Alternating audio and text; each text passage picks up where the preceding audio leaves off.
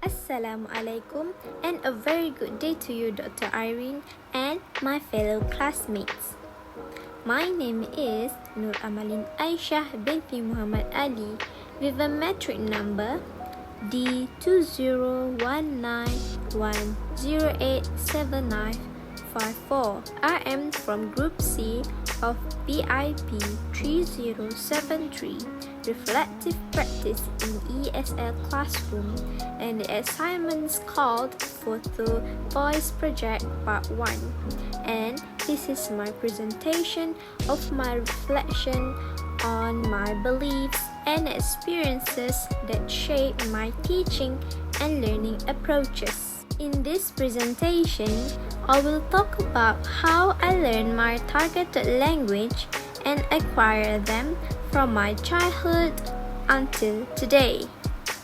Everything starts when I was 5 years old, where I was in the kindergarten.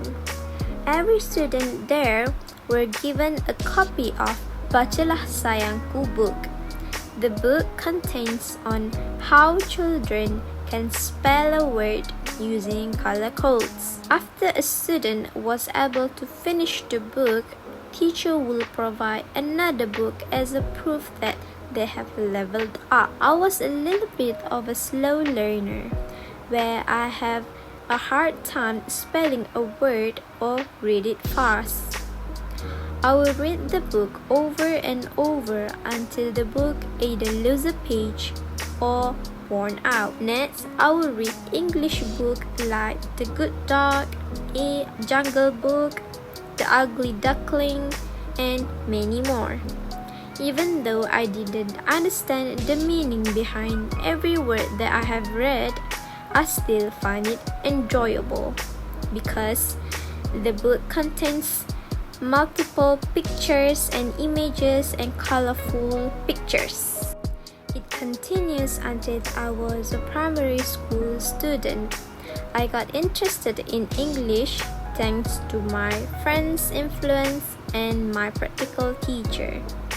When my practical teacher, Miss Fariha, came to my school and started to teach my class, I was excited as her lessons were so much fun and entertaining. For her lesson activities, she applied behavioral theory of positive reinforcement, where she would give rewards to students that participate and answer the questions correctly. She would give rewards like candy and other snacks to motivate her students' participation toward the activities. My friends were also another factor of my interest and involvement with English language.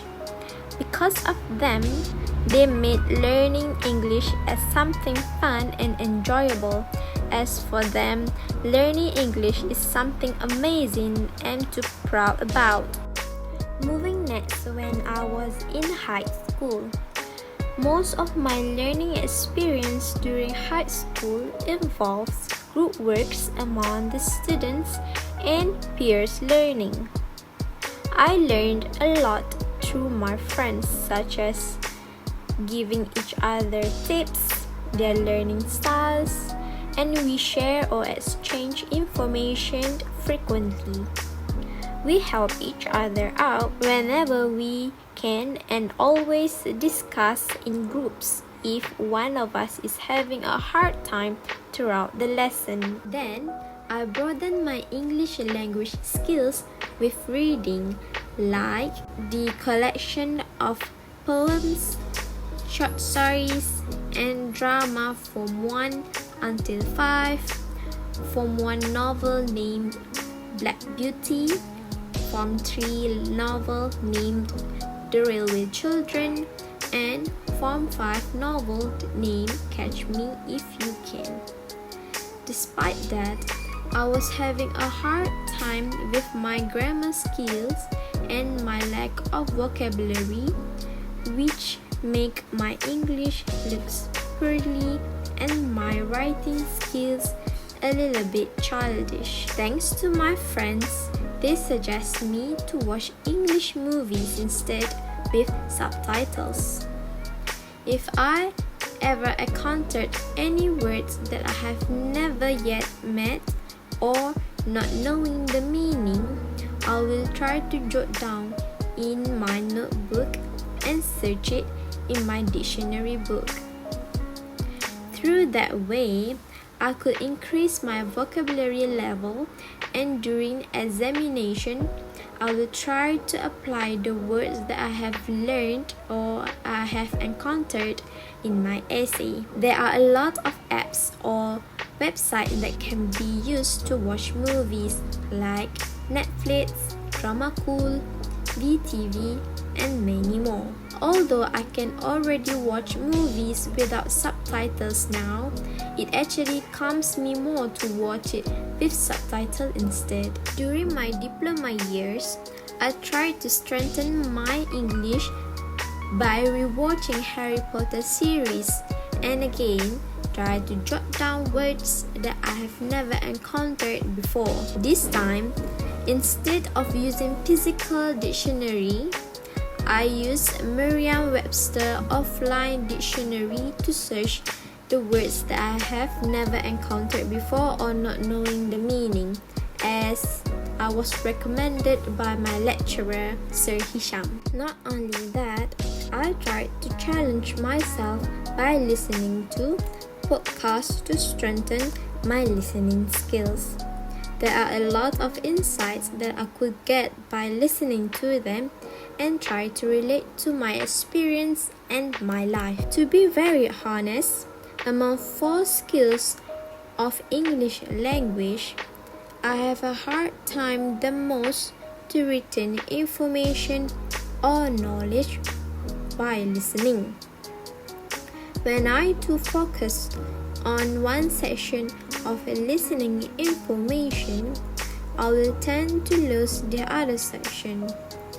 Thus, I thought to myself that despite listening is my weakest skills, I need to increase my listening activities, and one of them is by listening to podcasts. By listening to any podcast that I want, I will highlight or list down important key points that the podcast want to convey. This way, it will help me to focus more and try to really highlight the main point of the podcast. With that, it gave me confidence and assurance to myself that I will overcome my lackness and try my hardest to improve more. Throughout my journey of learning language, I noticed that I can easily learn something using pictures and videos. And then I recognize my learning styles, which is that I can learn things visually, thus making me a visual learner.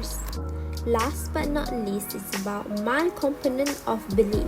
My component of belief is the belief about English language, where I was exposed to the language at the early age of 11 from my peers and environment, which led me to learn the language in depth. It influenced me to continue learning about the language in my high school years and inspired me to pursue English-related courses like teaching English as a second language TESOL for my 2 years diploma and now for my 4 years degree. While for my source of belief is the belief of own experiences as a language learner, where everything that I have learned so far about the language is based on my own experiences, not other experiences. That's all for me, Doctor, and I hope you enjoy my PHOTOVOICE project part 1. Thank you and have a very good day.